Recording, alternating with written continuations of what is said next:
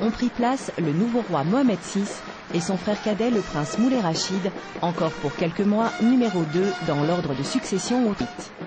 En attendant l'héritier mâle que tout le Maroc espère et dont on guette déjà la naissance. La garde royale à cheval, dont l'une des missions principales est de rendre les honneurs au son des trompettes et tambours de la fanfare, ouvre alors somptueusement la marche de la procession du Hidia. Quant à la jeune mariée, que tout le monde ne connaît qu'en portrait, elle est, comme c'est la tradition, encore maintenue cachée aux yeux des étrangers dans une annexe du palais, entourée seulement par les siens et des servantes proches de la famille. Comme sont également absentes les épouses des 200 maris, tous vêtus de blanc et cantonnés dans une tribune spéciale, faisant face à leur souverain.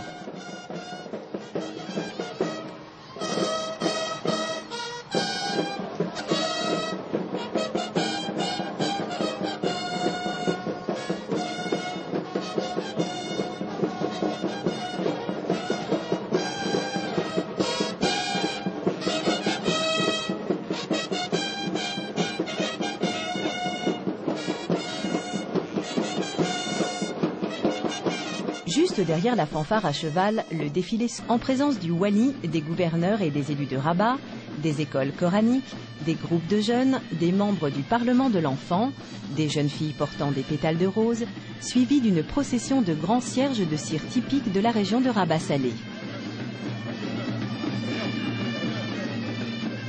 Vient ensuite le long cortège des représentants des 16 régions du Maroc, du sud saharien à la côte nord méditerranéenne. Tous les gouverneurs, nommés par le roi, immensément puissants dans leurs régions respectives, marchent en djellaba blanche, babouches de cérémonie aux pieds et courbent tous la tête en passant devant leur souverain. Reste à réussir cette longue procession du Hidia, qui, sans être fastidieuse, doit être le reflet de l'offrande de toute une nation à ses souverains. Chaque groupe a l'idée de mettre en valeur le meilleur de chaque région, étalant les richesses culturelles et l'identité de chaque province. Place donc à la musique et aux pas de danse aériens et acrobatiques des Aïssois et des Hachmarda, aux danses chaloupées et envoûtantes de la Guédra pour la région saharienne de Goulimine et de Smara. Les Marocains présents à Rabat, mais aussi les téléspectateurs le plus petit douar du Maroc, suivront sur leur téléviseur les images de la RTM, la radio-télévision marocaine, qui ne fera pas moins de 6 heures de direct ce jour-là. Tout le monde apprécie les prestations des groupes de danse Guédra des régions et la Gouira. Puis c'est le tour des intrépides Rouyache et Awash et la troupe Awara qui représente la région de Souss-Massa. La Dara Marrakchia, pour la région de Marrakech, cohabite avec un autre groupe berbère, Abidatra, de la région Chaouaya du Moyen Atlas au nord du Maroc. Tous, bien sûr, veulent participer et être vus dans ce défilé avec le secret espoir de se faire remarquer de leur roi. Pour nous occidentaux, il est sans doute difficile de faire la différence entre ces groupes de chants ou de danseurs. Mais un Marocain averti ne peut se tromper. Un détail dans les vêtements, la façon de sauter, la texture du bas ou la couleur d'une écharpe, et les tribunes distinguent immédiatement les groupes de chants Djabalia, le passage des groupes de Tanouat, célèbres pour ses chants populaires, ou ceux de l'Orient avec ses rythmes lalaouis.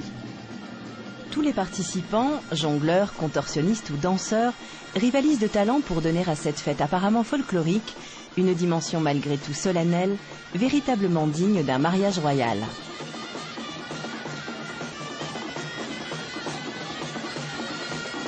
Chaque région du royaume s'est ainsi ingéniée avec beaucoup de sérieux et de longues semaines de préparation à donner à travers ses costumes traditionnels et ses chants la meilleure image d'elle-même. Histoire de marquer de sa partie cet ensemble étonnant de tribus qui forment contre toute attente la richesse et l'été du royaume chérifien.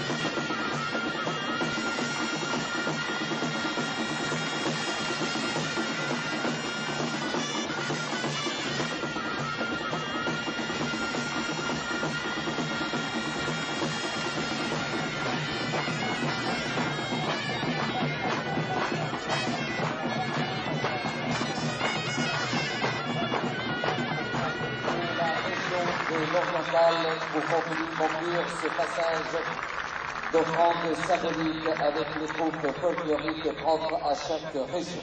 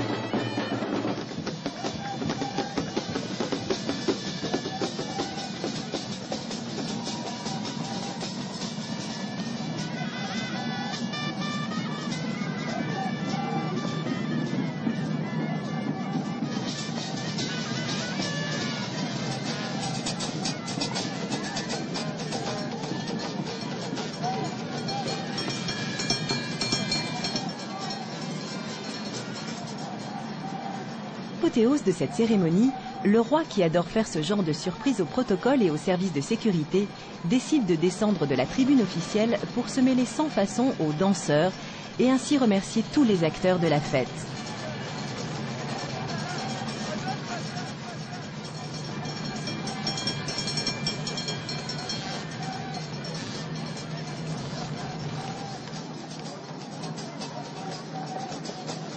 Accompagné du prince Moulay Rachid, il s'avance sur l'esplanade du Méchoir dans une cohue indescriptible, ce qui rend extrêmement nerveux tous les membres des services de sécurité qui courent dans tous les sens pour mettre un semblant d'ordre dans ce happening royal.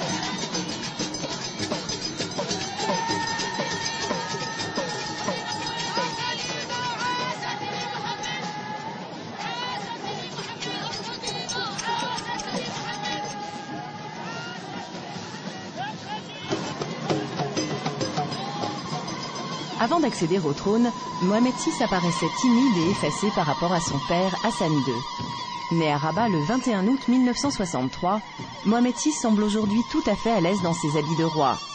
Il a été dès le plus jeune âge sévèrement éduqué par les précepteurs de la cour. Hassan II fait entrer le jeune prince dès l'âge de 4 ans à l'école coranique du Palais Royal et il n'hésite pas à confier à son fils de véritables missions de représentation du pays à l'étranger. Mohamed VI est sacré roi du Maroc le 23 juillet 1999, après le décès d'Hassan II.